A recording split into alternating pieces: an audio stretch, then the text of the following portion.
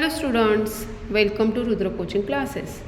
Today we are going to learn miscellaneous problem set 2. तर आज आपण स्टँडर्ड 7च्या मॅथमॅटिक्स बुकमधील मिसेलेनियस प्रॉब्लेम सेट 2 अभ्यासणार आहोत. त्यामधला आपण question number 1, question number 2, question number 3 आणि क्वेश्चन नंबर 4 आज अभ्यासणार आहोत. तर पहा, क्वेश्चन नंबर फर्स्ट आहे, Angela deposited 15,000 rupees in a bank at a rate of 9 PCPA. She got simple interest amounting to 5,400 rupees. For how many years had she deposited the amount? याचा अर्थ आहे की एंजेलाने 15,000 रुपये बँकेमध्ये जमा केले आहेत at a rate of 9 PCPA म्हणजे 9% व्याजदराने तिने 15,000 रुपये बँकेमध्ये जमा केले आहेत. She got simple interest amounting to 5,400 rupees. आता त्याच्यावर तिला व्याज मिळाले किती? 5,400 रुपये. For how many years had she deposited to amount. मग तिने किती वर्ष ती अमाऊंट बँकेमध्ये ठेवली. आता इथे आपल्याला काय दिलेले आहे? प्रिन्सिपल अमाऊंट पण दिलेली आहे, रेट ऑफ इंटरेस्ट दिलेला आहे आणि इथे दिलेला आहे सिम्पल इंटरेस्ट. मग आपल्याला हे दिलेलं असताना आपल्याला काय काढायचं आहे? टाईम काढायचा, म्हणजे कालावधी काढायचा आहे. तर चला सुरुवात करूया. इथं प्रिन्सिपल अमाऊंट काय आहे? 15,000. रेट ऑफ इंटरेस्ट काय आहे? 9%. टाईम दिला आहे का? नाही. टाईम आपल्याला काढायचा आहे. आणि इथे दिला आहे सिम्पल इंटरेस्ट. सिम्पल इंटरेस्ट आहे तिला 15,000वर 5,400 रुपीज मिळालेत, म्हणून सिम्पल इंटरेस्ट आहे 5,400 रुपीज. तर आपल्याला टाईम काढायचा आहे. याच्यासाठी फॉर्म्युला आहे सिम्पल इंटरेस्ट म्हणजे interest is equal to P into R into T divided by 100. Interest किती आहे? 5,400. 5,400 इंटरेस्ट आहे. प्रिन्सिपल अमाऊंट आहे 15,000. रेट ऑफ इंटरेस्ट आहे 9 इंटू T डिवायडेड बाय 100. तर पहा, ह्या झिरोला हा झिरो गेला, ह्या झिरोला हा झिरो गेला. खाली राहिले 5,400 इज इक्वल टू 15 9 जा 135 आणि हा जो झिरो आहे तो तसाच इथे आला इंटू टाईम. आता आपल्याला काय काढायचं आहे? टाईम काढायचा आहे. म्हणून 5,400 इथे तसेच राहणार आणि हे 1,350 इथे मल्टिप्लाय आहे. इकडे येऊन ते काय होणार? डिवायडेड बाय होणार. Is equal to T. दपा या झिरोला हा झिरो गेला. 135 आणि 135ने आपल्याला काय करायचं? आता 540ला डिवाइड करायचं आहे. मग 135 1 जा 135, 135 4 जा 540. जर तुम्हाला असे लगेच जमत नसेल डिव्हिजन तर आपण इथं आधी टेबल राईट करून पण हे डिव्हिजन करू शकतो.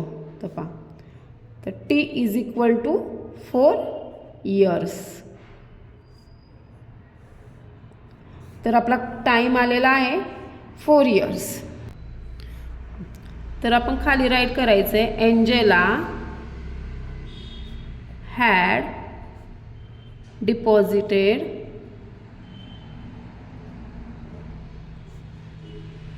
The amount for 4 years. म्हणजे एंजेलाने हे जे 15,000 रुपीज आहे ते 4 इयर्ससाठी बँकेमध्ये डिपॉझिट केले. सेकंड क्वेश्चन आहे 10 men take 4 days to complete the task of tarring a road, how many days would 8 men take.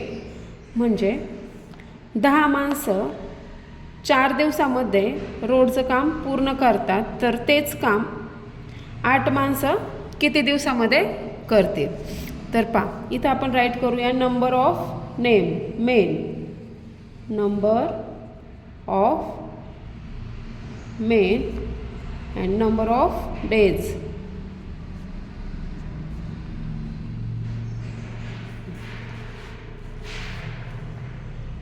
Ten main 4 days, तर 8 मेन किती दिवस घेतील, तर 8 मेन x days घेतील तेच काम करण्यासाठी. तर इथं पाहू शकता जर कामगारांची संख्या जास्त असेल आणि कामगारांची संख्या जास्त तर कामगार जास्त असतील तर दिवस कमी लागतील, आणि इथं तर कामगार जर कमी झाले तर आपल्याला दिवस पण तसेच वाढणार आहेत. मग हे जे प्रपोर्शन आहे ते काय आहे, इनवर्स प्रपोर्शन आहे. दिस इज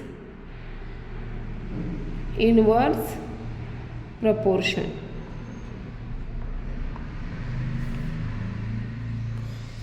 काय सांगितलं आहे 10 मे टेक 4 days, मग 10 मेन किती डेज घेणार आहे, 4 days, तर 8 मेन x डेज घेतील, 8 into x.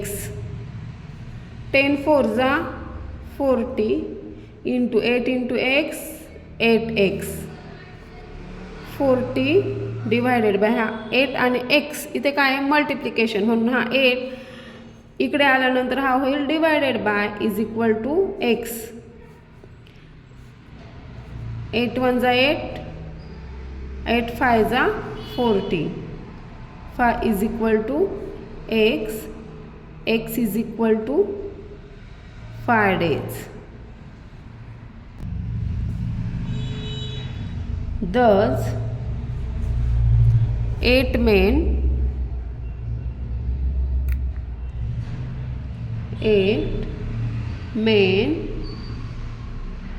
take 5 days to complete the task of tearing a road.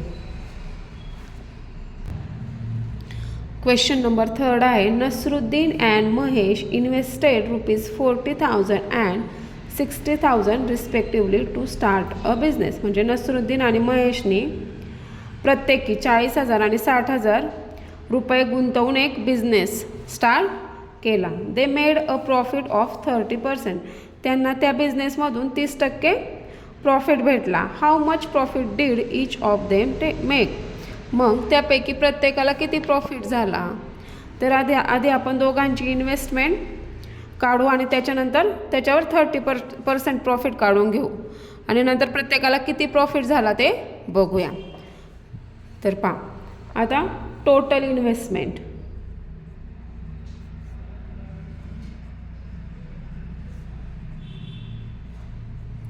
Total investment नसरुद्दीनची किती आहे 40,000 प्लस महेशची किती आहे 60,000. मग टोटल इन्व्हेस्टमेंट किती झाले 40 + 60, 40,000 + 60,000 1 लाख.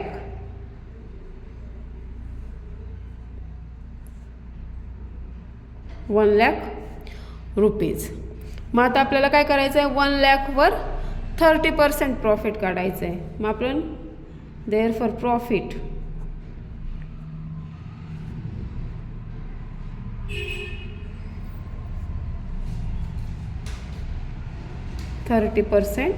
Profit 1 lakh into 30/100. 30% म्हणजेच 30/100. तर पहा ह्या झिरोला हा झिरो गेला, ह्या झिरोला हा 0 गेला. तर प्रॉफिट किती राहिला इथे 10,000 म्हणजे 10 3 जा 30. त्यांना प्रॉफिट झाला 30,000 रुपीज 30,000.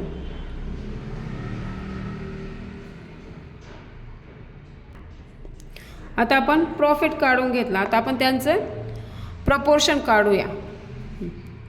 प्रपोर्शन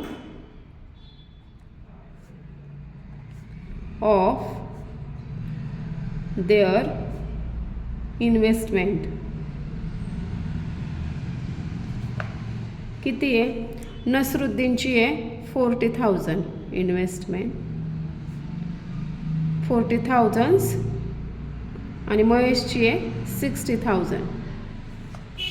तर पहा ह्या 0ला हा 0 गेला, ह्या 0ला हा 0 गेला. हे 4/6 म्हणजे 2 2 जा 4 आणि 2 3 जा 6. 2 is 3.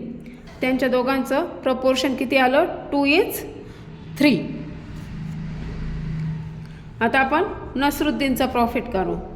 Late the profit of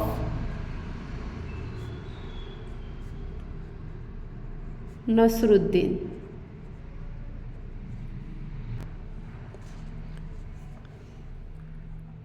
be 2x and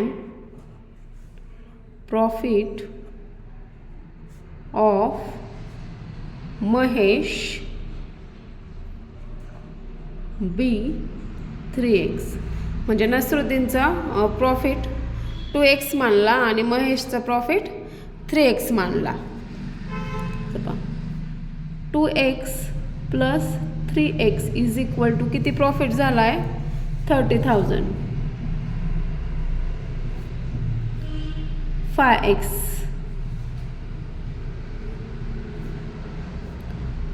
x is equal to 30,000 divided by 5. 5 1 जा 5, 5 6 जा 30.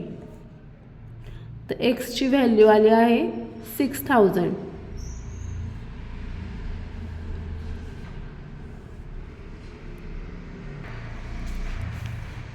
नसरुद्दीन्स प्रॉफिट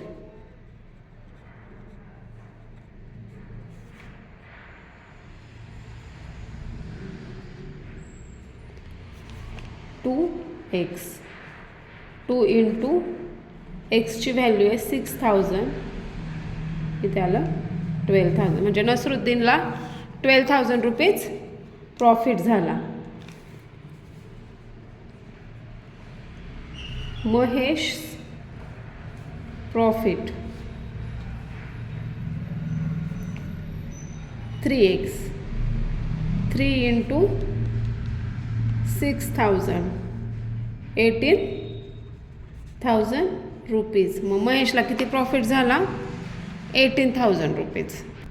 तर पहा the profit of Nasruddin and Mahesh are rupees 12,000 and 18,000 respectively. म्हणजे नसरुद्दीननी 40,000 रुपीज इन्व्हेस्ट केले होते तर त्याला 12,000 प्रॉफिट झाला आणि महेशनी 60,000 इन्व्हेस्ट केले होते त्याच्यावर त्याला प्रॉफिट 18,000 झाला. ह्या क्वेश्चनमध्ये आपल्याला डायरेक्ट ह्या 40,000 आणि 60,000वर डायरेक्ट 30% असं पण काढता आलं असतं. पण ह्यांनी दोघांची इन्व्हेस्टमेंट सांगितली होती आणि दोघांच्या इन्व्हेस्टमेंटवर 30% प्रॉफिट सांगितलं म्हणून ह्या टाईपमध्ये आपण गणित सोडवलेलं आहे. हे क्वेश्चन नंबर 4 आहे. The diameter of a circle is 5.6 centimetre. Find its circumference. म्हणजे एका वर्तुळाचा व्यास 5.6 सेंटीमीटर आहे तर त्याचा सर्क्युम्फरन्स काढायचा. सर्क्युम्फरन्स म्हणजे काय परी. तर पहा डायमीटर दिलेला आहे 5.6 सेंटीमीटर. सर्क्युम्फरन्स म्हणजे सी काढायचा आहे आपल्याला. ठीक आहे. तर सर्क्युम्फरन्सचा फॉर्म्युला 2 प्रकारे आहे. तर पहा पहिला आहे पाय डी किंवा 2πr. तर आता ह्याच्यामध्ये आपल्याला काय दिलेलं आहे डी दिलं आहे म्हणजे फक्त डायमीटर दिलं आहे म्हणून आपण आपण हा फॉर्म्युला यूज करणार आहोत पाय डी. तर मग C is equal to pi D. पायची व्हॅल्यू असते 22/7 किंवा 3.14. तर आपण इथे घेतली आहे 22/7 इंटू डायमीटर दिलेला आहे आपल्याला 5.6. 7 1 जा 7, 7 8 जा 56. आता इथे पॉईंट आहे म्हणून आपण इथे घेतला 0.0 म्हणजे 0.8. 22 इंटू 0.8, 22 8 जा 176. पण इथं 0.8 आहे म्हणजे इथं एक पॉईंट आहे म्हणून ह्या 6च्या इथं आपण एक पॉईंट दिला. काय झालं 17.6 सेंटीमीटर. मग the circumference of circle is 17.6 centimetre. The circumference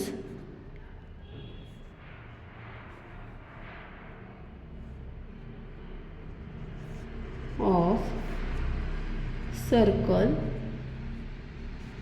is 17.6 centimetre. तर आपण मिसेलिनियस प्रॉब्लेम सेट 2 मधले question number 1, question number 2, question number 3 आणि क्वेश्चन नंबर 4 सॉल्व केलेला आहे. आता हे 5 to 11 जे क्वेश्चन आहे ते आपण पुढच्या व्हिडिओमध्ये पाहणार आहोत. जर तुम्हाला हा व्हिडिओ आवडला असेल तर चॅनलला सबस्क्राईब करायला विसरू नका. तसेच व्हिडिओला लाईक करा आणि शेअर करा. तर भेटूया नेक्स्ट व्हिडिओमध्ये.